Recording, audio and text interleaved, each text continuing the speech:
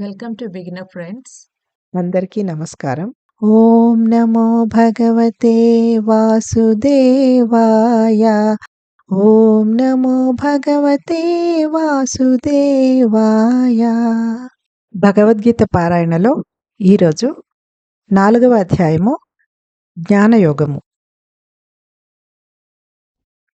31వ శ్లోకము. శ్లోకం నంబర్ 31. యజ్ఞశిష్టామృతభుజో యాంతి బ్రహ్మ సనాతనం నాయం లోకోస్య యజ్ఞస్య కుతోన్యః కురు సత్తమా. తాత్పర్యం: యజ్ఞము యొక్క రహస్యము తెలిసిన వారు దానిని ఆచరించి అమృతతుల్యమైన దాని అవశేషము స్వీకరించి పరమ సత్యం దిశగా పురోగమిస్తారు.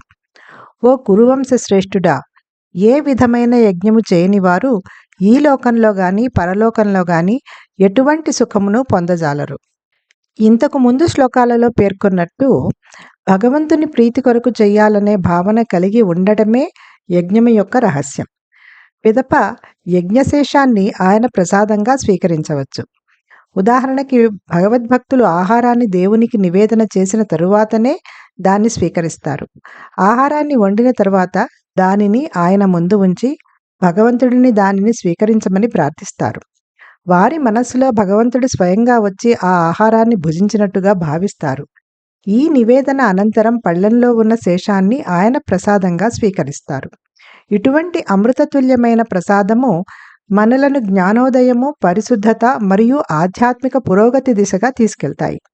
ఇదే భావనలో భక్తులు భగవంతునికి బట్టలు సమర్పించిన తరువాతే వాటిని ఆయన ప్రసాదంలా తీసుకుంటారు.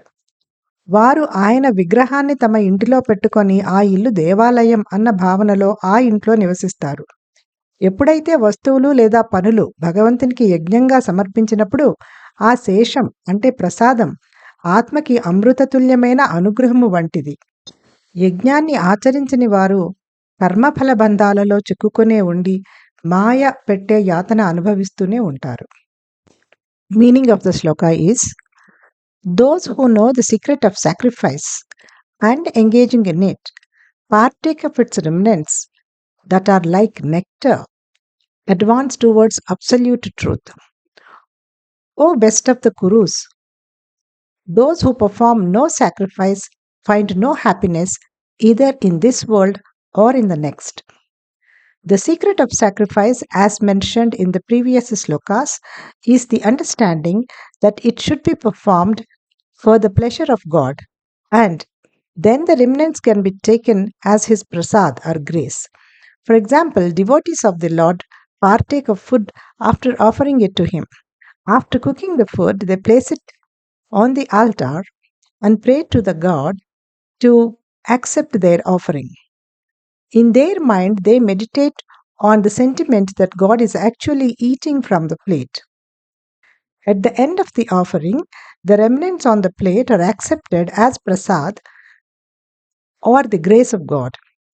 Partaking of such nectar like prasad leads to illumination, purification, and spiritual advancement. In the same mood, devotees offer clothes to God and then wear them as His prasad. They install His deity in their house and then live in it with the attitude that their home is now the temple of God. When objects or activities are offered as sacrifice to God, then the remnants or prasad are a nectar-like blessing for the soul. Those who do not perform sacrifice remain entangled in the fruitive reactions of work and continue to experience the torments of Maya. ఓం నమో భగవతే వాసుదేవాయ.